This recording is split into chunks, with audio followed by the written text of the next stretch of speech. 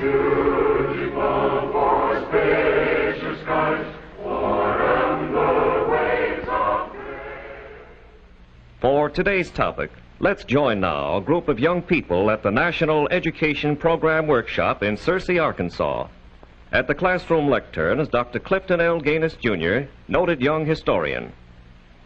Some of you may be asking yourselves, why should we be bothered with developing citizenship responsibilities? Well, there are many reasons. One of the primary reasons is that great principles do not live from generation to generation without being nurtured, without being kept vigorously alive. Unless we understand and work effectively for the principles upon which our American way of life is founded, the structure will crumble and our heritage of freedom will perish. Another primary reason for the development of citizenship responsibility is that we are living in an era marked by the growth of socialism.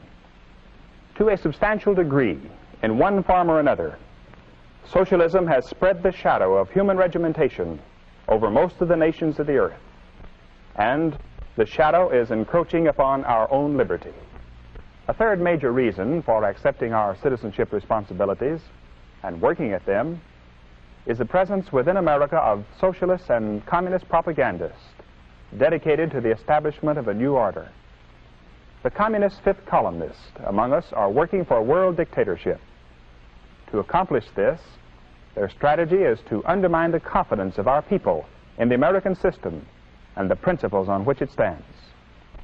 The socialists among us seek to bring about a gradual change in our system by gradually destroying the principle of the private ownership of property and substituting the socialist principle of government ownership. Now let's be practical for a moment. Is the American way of life worth bothering about? That is, with a viewpoint of self-interest. Well, let's see. We know that under the stars and stripes we have more freedom than do civilized people on earth. Our freedom stems from the fact that America is a republic, founded on a constitution, and dedicated to the principle of democracy and the worth of the individual. The people rule.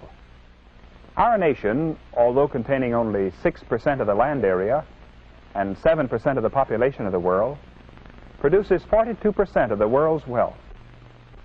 We know that the average American in all walks of life has a living standard twice as high as the best in Europe, where socialism is widespread, and from 5 to 10 times better than in the communist countries, such as Russia and China.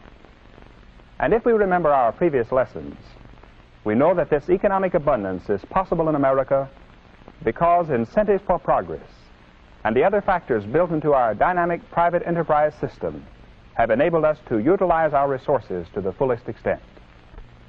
So we do have good sound reasons, both abstractly and in self-interest, for developing citizenship responsibilities towards safeguarding the basic principles of our way of life.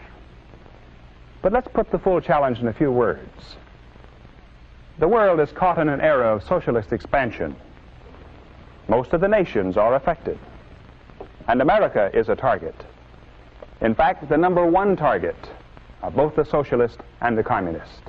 If we permit our great system to crumble through the apathy of our citizenship, we shall lose not only our freedom, but our prosperity and our still brighter future. What then must we do as citizens? What are our obligations of citizenship?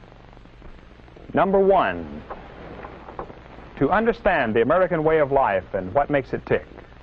In our republic, we have representative government, not sheer majority rule. And isn't its authority divided into three branches, the executive, legislative, and judicial? Yes, it is. And it's important, too, that in our republic, authority is surrounded by an ingenious system of checks and balances that prevents autocratic or dictatorial rule. That is, if we maintain the Constitution as our basic law. Well, that briefly sums up our political structure.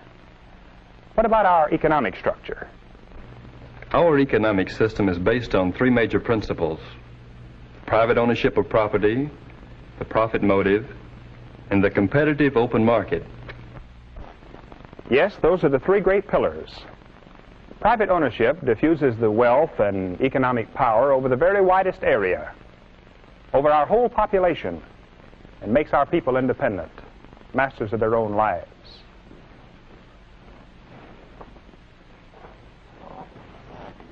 The profit motive, as we have learned, is active in all human behavior. In our economic system, the profit motive is the incentive for new development and constantly expanding production.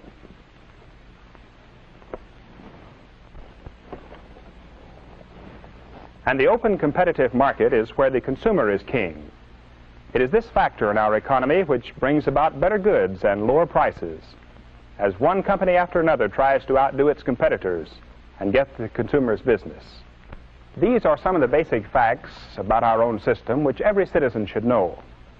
But now let us go on to additional obligations of American citizenship. Number 2, to understand communism, its basic godless philosophy, its goal of world conquest, its insidious tactics, and its cunning strategy. Number 3 on our list of obligations is to understand socialism and all the cunning disguises in which it presents itself to the American people. Our 4th obligation is to understand propaganda techniques as used by both the communist and the socialist. This is a very vitally important need. Thousands of good, loyal Americans have been duped into actually aiding the communists, simply because they did not look carefully before they joined some high-sounding venture, or before they more or less blindly advocated some course of action. Number 5 in the list of American citizenship obligations is to take an interest in your public schools and in your private and public-financed colleges, to take an interest in what's being taught and how it's being taught, and to take an interest in the welfare of the teachers who contribute so much to the development of America. Number 6, in addition to voting in all elections, become active in government. Run for local, state, and national office, or help select capable people of the highest integrity to serve. Be constantly vocal on all local and national political issues. Tell your representatives in Congress, or even the President himself, what you think is the best course on issues that come before the public. Number 7, strive constantly for spiritual growth.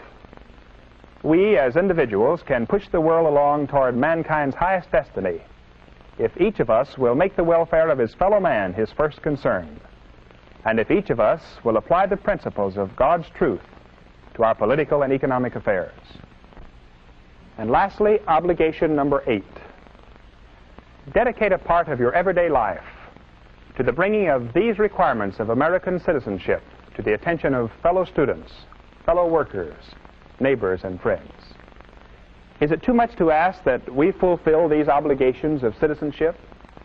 If we think so, we should read again the history of the founding of this nation and consider the hardships of the people who made possible our freedom. They felt that no challenge was too great if freedom was at stake. That spirit carried them on. It created for us the foundation of our great heritage. We have seen it flare up and burn brightly in every national emergency, on the battlefields and at home. The socialists, the communists, and their followers would like to see the American spirit extinguished. If each of us will rise to the occasion, if every citizen, young and old, will accept the challenge of his citizenship, then the socialists and communists and their followers will not prevail, and America will go on toward the fulfillment of her great world destiny. Dr. Clifton L. Gaines, Jr. was our instructor. This is a continuing series based on the unique political and economic system which has made America great.